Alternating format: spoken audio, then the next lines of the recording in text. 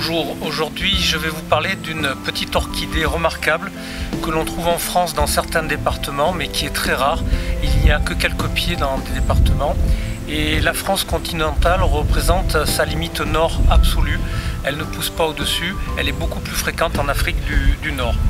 Et cette orchidée, c'est une orchidée que l'on appelle l'Ophrys miroir ou Ophrys speculum, qui est une petite orchidée juste devant moi, dont le label s'est transformé pour s'adapter à un insecte qui va être son pollinisateur. Il y a une adaptation entre un pétale qui s'est transformé pour ressembler à la femelle de l'insecte.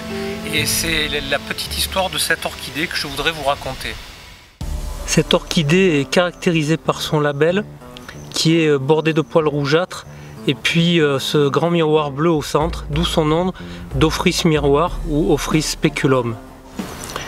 On voit très bien sur cette image le tour du label qui est entouré de poils identiques à l'insecte et au fond deux bulbilles, deux petits yeux, ce qu'on appelle des pseudo-yeux noirs pour ressembler encore plus à l'insecte.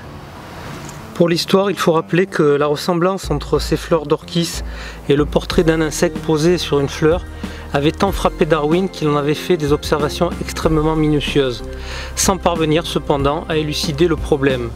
Il a fallu attendre finalement 1920 pour que M. Pouyan, qui était président du tribunal de grande instance de Sidi Bel Abbès en Algérie, découvre que cette orchidée était en fait pollinisée par le mâle d'une abeille du nom de Dasiscolia ciliata. Et en fait c'est une abeille qui est à peine plus grosse que l'abeille domestique et la femelle vit souvent sous terre dans des terriers où elle enfouit des larves de coléoptères aux endroits où elle va pondre. Elle ne sort en fait que pour s'alimenter et copuler, tandis que le mâle est présent en quantité plus importante à l'extérieur et bien avant la femelle. Un jour, alors que M.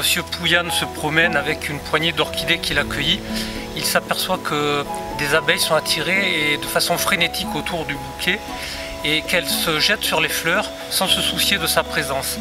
Alors ceci attire bien sûr son attention parce que c'est un naturaliste en l'âme et il va faire ensuite des expériences et il va prendre des fleurs dont il va enlever le label et il va s'apercevoir que l'abeille n'est plus attirée par l'orchidée.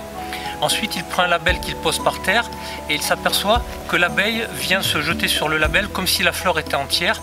Par contre, s'il retourne le label, elle est toujours attirée mais plus hésitante pour localiser le label. Et en fait, on s'est aperçu ensuite que ceci était lié à la libération par la fleur, par le label, de phéromones qui sont des hormones sexuelles qui attirent les mâles de cette espèce d'abeille et dont la structure chimique ressemble à celle qui est libérée par la femelle. Il reste cependant encore un mystère à élucider par Pouyan, c'est la couleur bleue du label qu'il ne comprend pas. En fait, il ne le comprend pas pour l'unique raison qu'il n'a encore jamais vu d'abeille femelle. Un jour, il voit une abeille femelle se poser et replier ses ailes dans le dos. Et avec la lumière du soleil, il y a un reflet bleu qui apparaît. Et là, il a compris qu'en fait, la ressemblance est totale. L'abeille renvoie une couleur bleue moins intense que celle du label.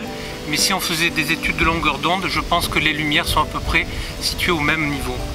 Donc la ressemblance est complète, il y a libération de phéromones, des hormones sexuelles qui attirent le mâle, la couleur bleue et les poils autour du label qui rappellent l'abdomen de la femelle.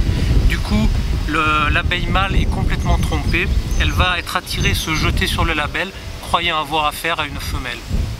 On voit bien sur cette image au fond de la fleur les deux sacs polliniques, les deux petites boules qui pendent et qui vont se coller sur la tête de l'abeille mâle lorsqu'elle va venir copuler sur le label. Elle repartira avec ces deux petits sacs et ira polliniser d'autres fleurs ensuite. Bien plus tard, les travaux de Cullenberg sur de nombreuses espèces d'Ophrys montreront trois choses. Premièrement, qu'en général, les composés chimiques qui sont élaborés par les plantes ne correspondent pas exactement aux phéromones femelles. Deuxièmement, que les parfums des fleurs ne sont pas émis en continu, ils le sont surtout en matinée et en soirée, à l'heure où la femelle est le moins réceptive. Ainsi, la plante s'économise aux heures où la concurrence est la plus sévère. Et enfin, tertio, que les populations de guêpes colonisatrices sont plus riches en mâles qu'en femelles. Ce dernier point semble bien établir que la plante détourne à son profit une partie des mâles qui ne connaîtront jamais l'amour légitime. Dans le cas des Ophrys du groupe araignée, On s'est même aperçu que certaines, une fois qu'elles sont pollinisées, la fleur qui est pollinisée depuis 2 jours diminue sa production des composés olfactifs, sauf celle d'un composé, le farnésyl, qui augmente et qui correspond en fait au composé émis par la femelle du pollinisateur après fécondation par le mâle. Ainsi, à l'instar de la femelle insecte, la fleur d'Ophrys est capable d'informer le pollinisateur qu'elle n'est plus réceptive et ainsi d'orienter la visite de ce dernier vers les autres fleurs de la plante.